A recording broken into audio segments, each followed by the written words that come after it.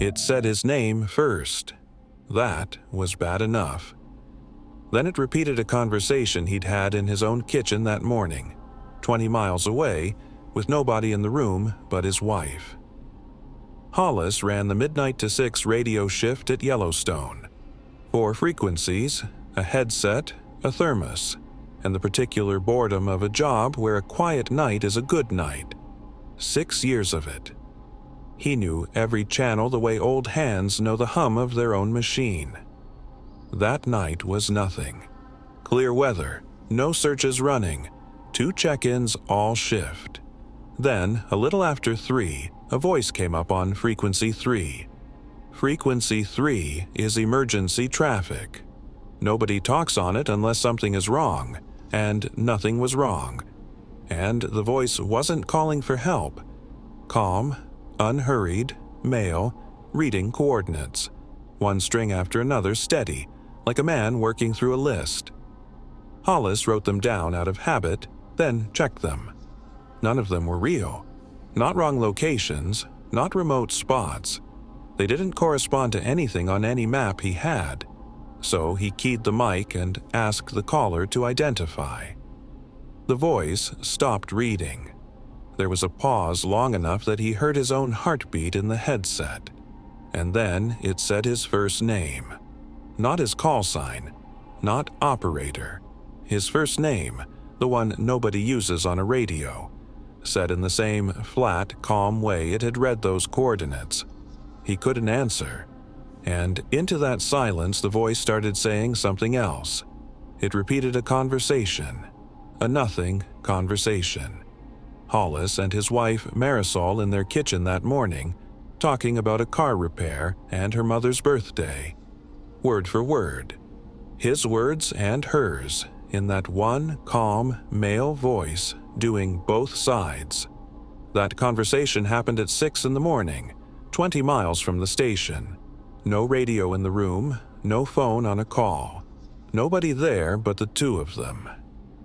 Hollis sat with his hand on the mic and listened to a voice recite his own morning back to him. Then it finished. The channel went quiet, and the rest of the shift was ordinary.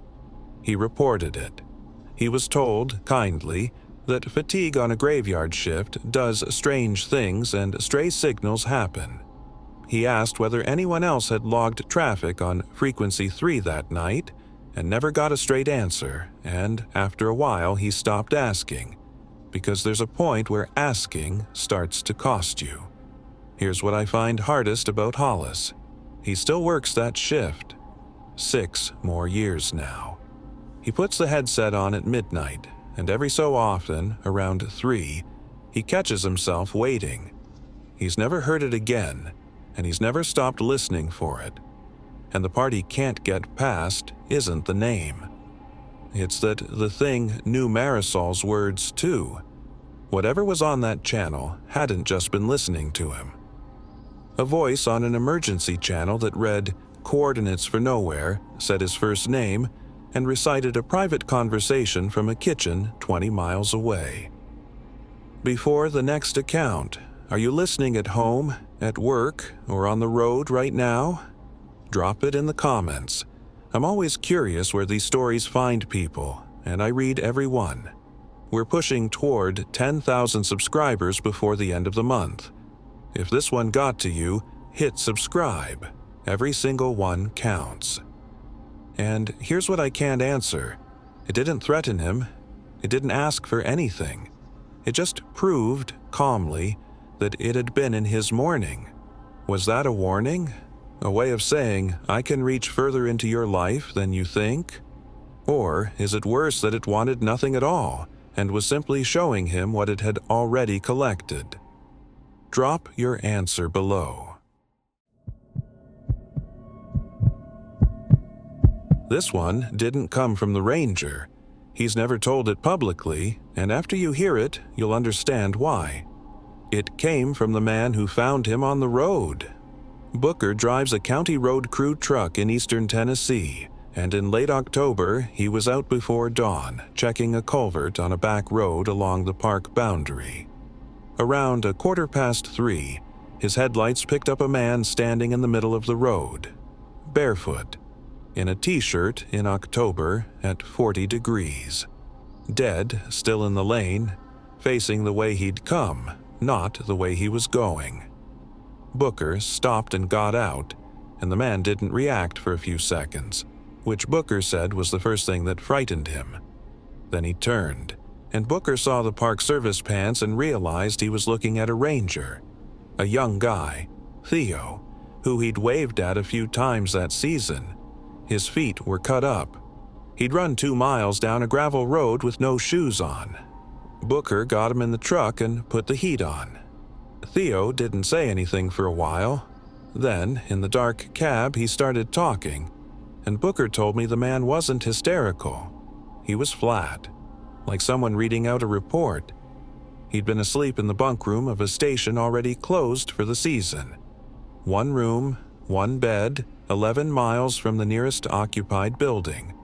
He woke at 3 because a voice was talking in the room. A man's voice, right above him. The height and angle of somebody standing over the bed. And it was listing things. The trails Theo had walked that day, in order. Then the hikers who'd signed the trailhead register that afternoon. People he'd checked in himself, off a clipboard, hours earlier. Then it said Theo's full name. First, middle, last. He got the light on. The room was empty, and the voice kept going from the corner, same volume, same place, like the light changed nothing about where it was or what it was doing. So he went out the door barefoot and ran until there was a road. Booker drove him to the hospital in Sevierville and never saw him again. He heard later the guy didn't finish the season. What sticks with Booker isn't the story. It's that Theo told it in a level voice with his feet bleeding into the floor mat. And when he finished, he said one thing Booker has never shaken. It wasn't threatening me. It was going down a list. A voice standing over a bed in an empty room, listing the trails he'd walked and the hikers he'd checked in, and then his own full name. Here's what I keep landing on. Cataloging is a strange thing to do to a person. You don't inventory something you intend to hurt right now. You inventory something you're keeping track of. So, was that a threat delivered in the calmest possible way? Or is it worse if it wasn't about Theo at all, and he was just one line in a list already being kept? Tell me where you land. The last account is different, because the woman it happened to never reported it and spent a year afterward trying to reconstruct what actually happened that night. What she pieced together is next. Renata spent 11 months rebuilding one night out of fragments, and the only conclusion she reached is one she still won't say out loud. She'd been a search and rescue coordinator at Olympic for 11 years, and she quit the morning after this. So everything she knows about that night she reassembled later, from memory and from the few traces it left. Here's what she's sure of. She was alone in the comms room on a dead quiet night, reviewing logs. At 3 a.m, the base radio came alive without anyone keying it. The console lit, the channel opened, and a voice came through. A woman's voice. Calm. Reading coordinates. And Renata knew the voice. It was Sabine, her partner on the SAR team, who had died on an operation 4 years earlier. Renata was the one who found her. The coordinates were where Sabine died. Renata didn't have to look them up. She'd carried them for 4 years. Then the voice stopped reading and said something that wasn't coordinates. They know you're alone in the building tonight. Lock the door. She locked it. She doesn't remember deciding to. She was just up and turning the bolt. The radio went quiet. About 15 minutes later, the handle turned. Slowly, all the way over, the way you'd turn a handle if you were trying to open a door without announcing it. It held there. Then it came back. Nothing else happened all night, and at sunrise, she walked out to her car, drove home, and typed her resignation. Here's the part she assembled later, and the part that made her stop trying. She went looking for the camera footage from the hallway outside the comms room. The system had been online all night, and the logs confirm it ran without interruption. But there's no recorded footage for a 17-minute window covering 3 o'clock.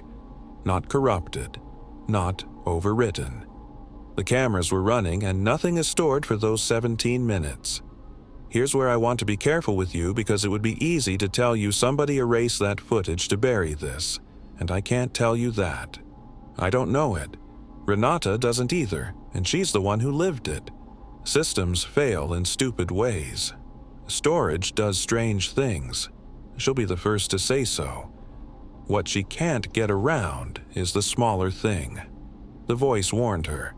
Whatever used Sabine's voice told her to lock a door 15 minutes before somebody tried to open it. And the conclusion she reached, and hates, is that in a night full of things that meant her harm, her dead partner's voice was the only thing that helped her.